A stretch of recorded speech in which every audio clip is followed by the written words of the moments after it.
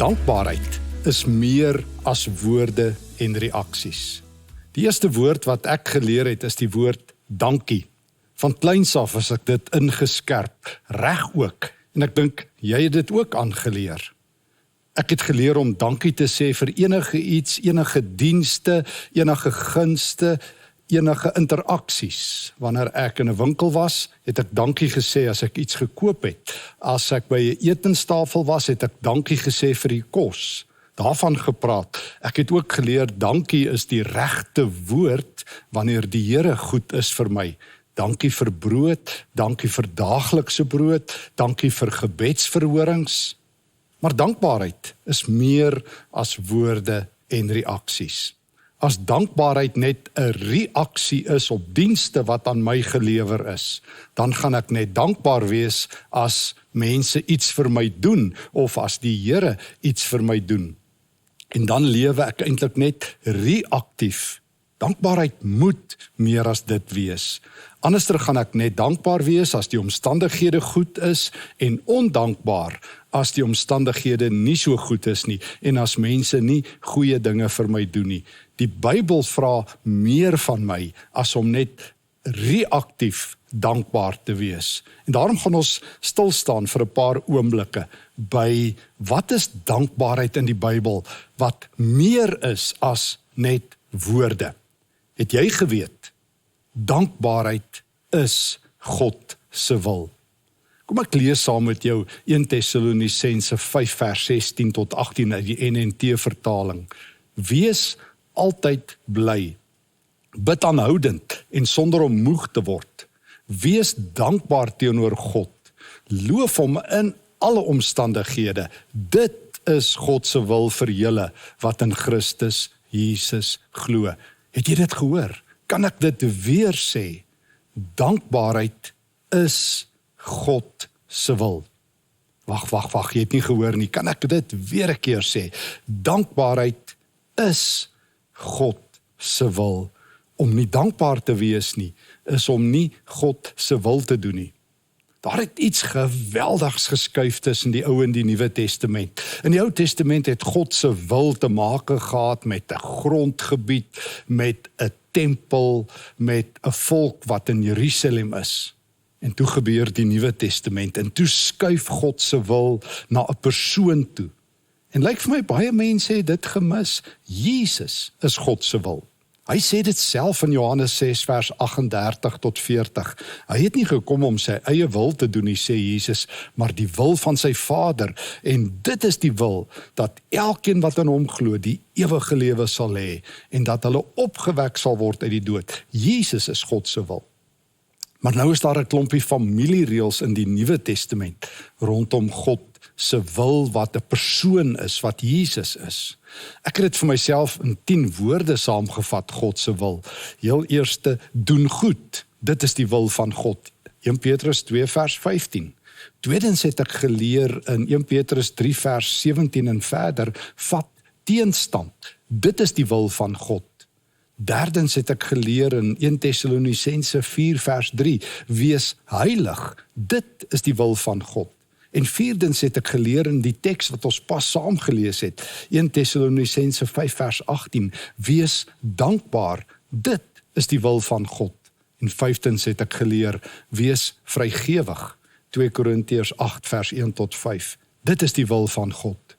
Hoor hier, dankbaarheid is die wil van God. Ek is dit nie geleer nie.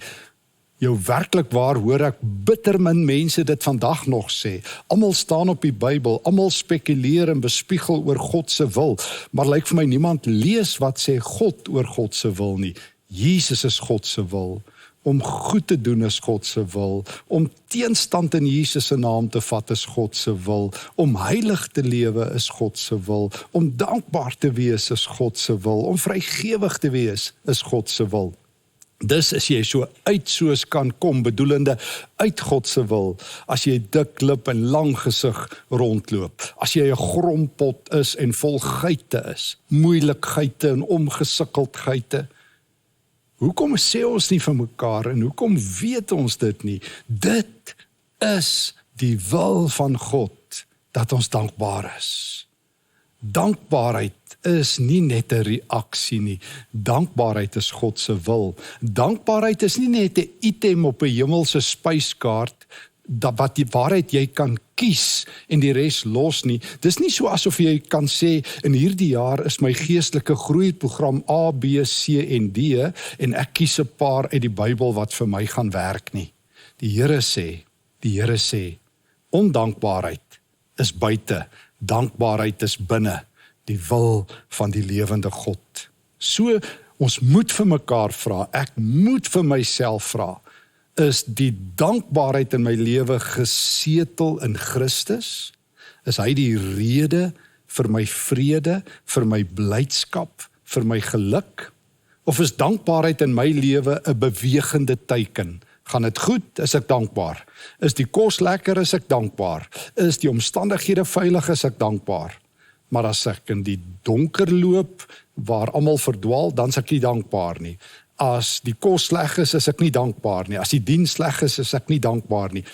So kan 'n Christen nie leef nie. Die Here roep my op tot 'n dankbaarheid, wat meer is as situasies, meer is as omstandighede. Dankbaarheid is 'n manier van leef binne die wil van God. Helder en duidelik in hierdie familiereëls wat ons vir mekaar nou gesê het oor God se wil, oor om goed te doen, om teenstand te vat, om heilig te lewe, om dankbaar te wees en om vrygewig te lewe. Binne hierdie familiereëls word God se wil in die Nuwe Testament gegrondves. Al hierdie tekste anker ons in God se wil. En ek wens ek het dit geweet. Ek wens my ouers het dit geweet. Ek wens my kerk het dit geweet jare gelede en dit vir my geleer. Ja, ek is reg geleer en jy ook. Dankie en asseblief. Maar net as 'n reaksie. Nie as God se wil nie. Hoor die Here se woord. Hoor dit vir jou lewe. Jy is binne God se wil as dankbaarheid wat geanker is in Christus in jou lewe instroom. Maar in die derde plek, as dit waar is, heel eerste dankbaarheid is meer as net 'n reaksie.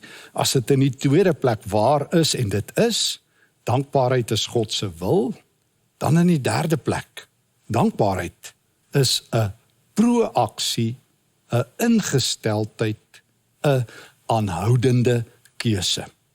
Paulus skryf dit aangrypend in Kolossense 3 vers 17. Kom ek lees dit saam met jou. Hy skrywe, en wat julle ook al doen of sê, doen dit alles in die naam van die Here Jesus Christus. So sê julle vir God die Vader dankie deur hom. Paulus is onbeskaamd, padlangs eerlik. Hy sê dankbaarheid is 'n proaktiewe keuse. Jy kies om dankbaar te wees. Jy's nie deel van die dreigbrigade nie. Jy ken mos hierdie dreigbrigades wat gedurig dinge sê soos, jy weet ons moet meer vir die Here doen. Of ons moet ons seëninge meer tel. En die immergroene, ons moet meer dankbaar wees. Wel, dankbaarheid is nie 'n dreigement nie. Verras hierdie dreigendes. Verras hierdie dreigbrigades. Daag dankbaar op. Staan dankbaar op. Begin elke dag in dankbaarheid. Daag dankbaar op by 'n ete. Moenie agter almal by 'n etenstafel aanbid, Here, maak ons opreg dankbaar vir die kos nie. Sê sommer uit die staanspoor, ek is opreg dankbaar vir die kos. Moenie net vir die Here vra, maak my dankbaar vir elke dag nie. Sê sommer as jy jou oë oopmaak, Here, ek is dankbaar vir vandag. Wanneer jy by die werk is tussen moeilike mense dalk of in situasies of in die verkeer, dan is jy dankbaar. Paulus sê ons is in alle omstandighede dankbaar. Dit is 'n ingesteldheid, dit is 'n keuse. Dit is 'n posisie wat ek inneem van dankbaarheid. Nee, dit beteken nie ek is naïef nie. Dit beteken nie ek is blind vir wat verkeerd is nie. Dit beteken nie ek is kompulsief dankbaar nie, want dit kan ook ongesond word in die sin van dat ek iets kan naboots terwyl dit kook in my hart nie. Daar is tye dat ons ook swaar kry en stikkend is en ly. Maar dis tog nie nou ons gesprek nie. Ons gesprek is, wat is die standaard ingesteldheid vir 'n gelowige? En dit is om te kies, om te besluit, ek leef 'n lewe van dankbaarheid. En ek grond dit in die feit dat ek weet, dit is God se wil. Dit is wat God van my vra. Die subminimum standaard is dat ek Jesus volg. Ek het tog daarvoor opgeteken.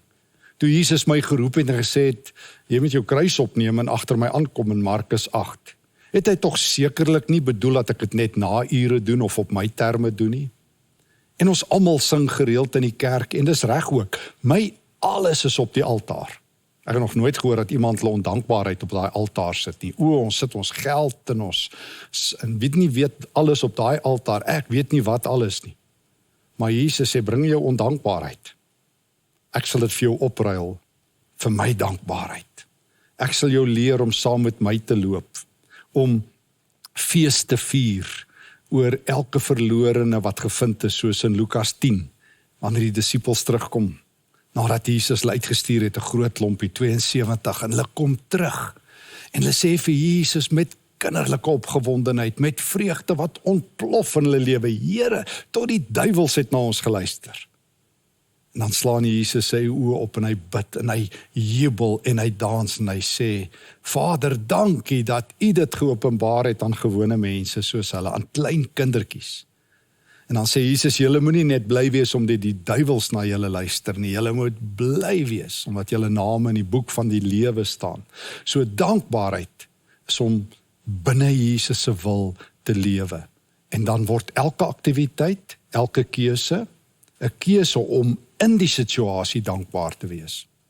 In einste Kolossense 3 wat ons saam gelees het, skryf Paulus vir slawe, dat hulle ook moet dankbaar wees, dat hulle werk moet doen soos vir die Here. Ek meen slawe, se lewens was louter swaar kry. Hulle lewens was geen vreugde nie. En ek dink baie mense in ons dag, dalk jy ook, se lewe is geen vreugde nie. Lewe is hard. Lewe is moeilik. En jy wil dalk sê, is maklik vir jou om te sê, wees dankbaar, kom leef bietjie in my eie skoene. Maar die vraag is nie, wat sê ek en jy nie, die vraag is, waartoe roep Jesus ons op? En hy roep ons op om in dankbaarheid te lewe. Hoe doen jy dit? As jy 'n moeilike werk het, jy skuif jou aandag na die Here toe, sê Paulus. Jy doen dit vir hom, nie vir jou moeilike baas nie. Jy sê vir die Here, Here, ek werk vir U.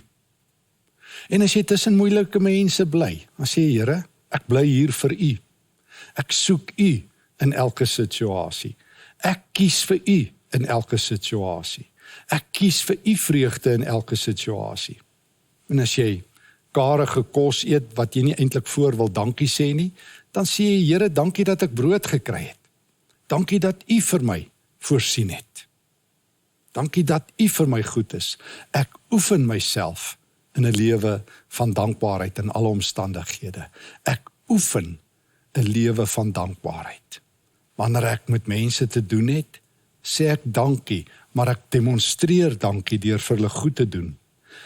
En ek demonstreer dankie deur 'n seën vir ander mense te wees. En ek demonstreer dankie deur oop hande te hê. Ons het vir mekaar nou gesê, toe ons gepraat het oor God se wil, dat God se wil ook met vrygewigheid te doen het. Paulus skets 'n pragtige prentjie van die gemeentes in Macedonië, in 2 Korintiërs 8 vers 1 tot 5, waar Paulus vertel, hulle is brandarm, en hulle kry verskriklik swaar, hulle word vervolg, maar hulle vrygewigheid ontplof, en hulle vreugde ontplof. Hulle lewens is nie lekker nie, maar hulle verstaan 2 Korintiërs 8 vers 9, Christus het om ons onthaalwe arm geword, sodat ons in hom ryk kan wees. En toe het hulle gesê, kom ons gaan deel ons lewe. Wat het ek om te deel in my hand? Ek het 'n paar stukkies brood wat ek met ander mense kan deel. Ek kan vreugde aangee. Ek kan vir mense bid. Dankbaarheid is meer as woorde. Dis 'n lewe wat geanker is in Jesus Christus. Dis 'n lewe wat die vrug dra van die Heilige Gees. Ja, want inderdaad, as jy Galasiërs 5 lees, is dankbaarheid deel van die vrug van die Heilige Gees. So ons is op alle punte buite God se wil en van die kaart van die Here af, as ondankbaarheid en ongesukkeldheid wen in ons lewe. Dankbaarheid het ook baie met ons gebedslewe te doen. Kom ons staan by nog 'n punt stil as ons vir mekaar sê, dankbaarheid is meer as woorde. Dankbaarheid is God se wil. As ons vir mekaar sê, dankbaarheid is 'n proaktiewe keuse elke dag. En vierdens, skerp jou dankbaarheid reg op as jy bid. Gebed is vir ons almal belangrik. Dit moet wees. Dis ons geestelike asemhaling. Dis ons direkte uitdrukking van ons verhouding met die Here. En saam met Jesus se disippels in Lukas 11 wil ek vir die Here vra vandag, Here, leer ons bid. En hoe bring ons dit met dankbaarheid in verband? Kan ek gou 4 tekste saam met jou lees oor hoe Paulus dankbaarheid inspan in sy eie gebede? Kom ek lees saam met jou 1 Korintiërs 1 vers 4.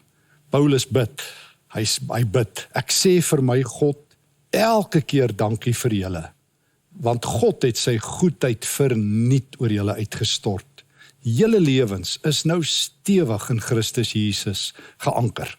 'n tweede teks, ons lees uit die Filemonbrief, vers 4 tot 6. Hoor wat skryf Paulus oor gebed. Liewe Filemon, ek sê altyd vir my God baie dankie as ek aan jou dink. Ek doen dit as ek vir jou bid in my gebede.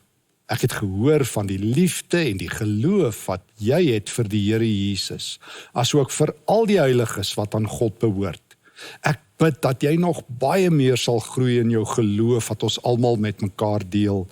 Mag jy nog meer insig kry en toeneem in al die goeie dinge wat nou ons in is, omdat ons in Christus Jesus glo.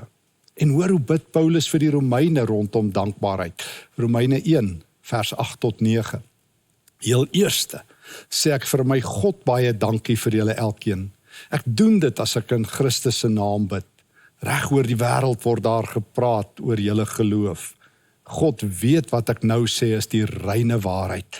Hy weet ek kan bid om met alles binne in my. Ook maak ek die goeie nuus oor sy seun orals bekend. 'n Laaste voorbeeld, Filippense 1 vers 3 tot 5. Hoor hoe bid Paulus 'n dankie sê gebed vir die Filippense. Ek sê vir my God dankie elke keer as ek aan julle dink. Ek doen dit altyd in elke gebed wat ek vir julle almal bid. Ek bid met groot vreugde omdat ek weet julle is hart en siel deel van die evangelie van dag 1 af tot nou toe. Wat hoor ek hier? Wanneer Paulus bid is sy eerste gebede nie doen dit, maak so, help hier, doen daar, wees met nie. Paulus se openingsgebede. En ons het nou uit 4 briewe gelees van hierdie man wat in God se wil lewe. Sy heel eerste gebed wanneer hy aan ander Christene dink, is om dankie te sê. Wat is jou eerste gedagte as jy aan ander mense dink?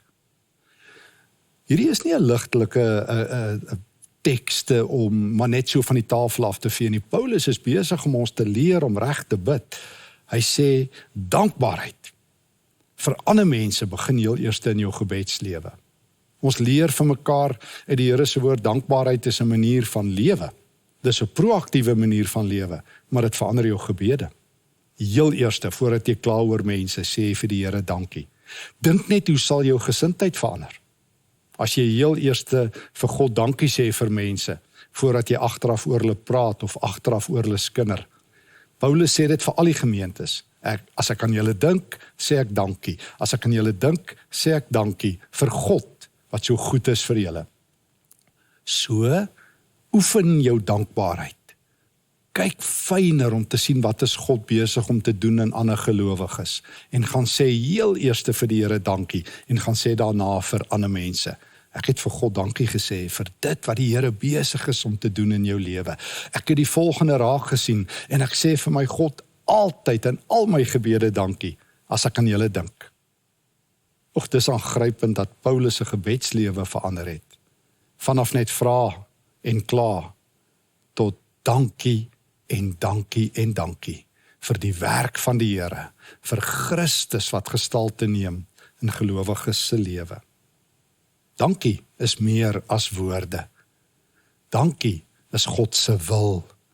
Om nie dankbaar te wees nie is om God se wil mis te loop, 1 Tessalonisense 5. Dankie is 'n proaktiewe lewenskeuse wat ek in elke dag en elke situasie uitoefen, Kolossense 3 vers 17. Dankie is hoe ek lewe. Dankie is hoe ek bid. Dankie is hoe ek aan ander mense dink. My heel eerste gedagte is, wat is Christus besig om te doen in ander mense se lewens en om vir hom dankie te sê. Die Here roep my op tot 'n lewe van dankbaarheid. Wat meer is as reaksies. Hy roep my op tot 'n lewe wat dankbaarheid lek. Kom ons vra vir hom deur sy Gees om ons te rig tot nuwe dankbaarheid. Baie dankie Here dat U my leer van dankbaarheid. Leer my om meer te doen as net dankie te sê. Leer my om dankie te lewe in Jesus se naam. Leer my om dankie te bid vir ander mense. Leer my om in alles dankbaar te wees. Ek is diep dankbaar, Here, dat U hierdie waarhede vandag aan my geopenbaar het. Amen. Mag jy ook die Here se seën ervaar in hierdie oomblikke, wanneer ons oor dankbaarheid nadink. Die genade van ons Here, Christus Jesus, die liefde van God, en die spesiale teenwoordigheid van die Heilige Gees, wat jou oorlaai met dankbaarheid, is by jou elke dag en tot in ewigheid. Amen.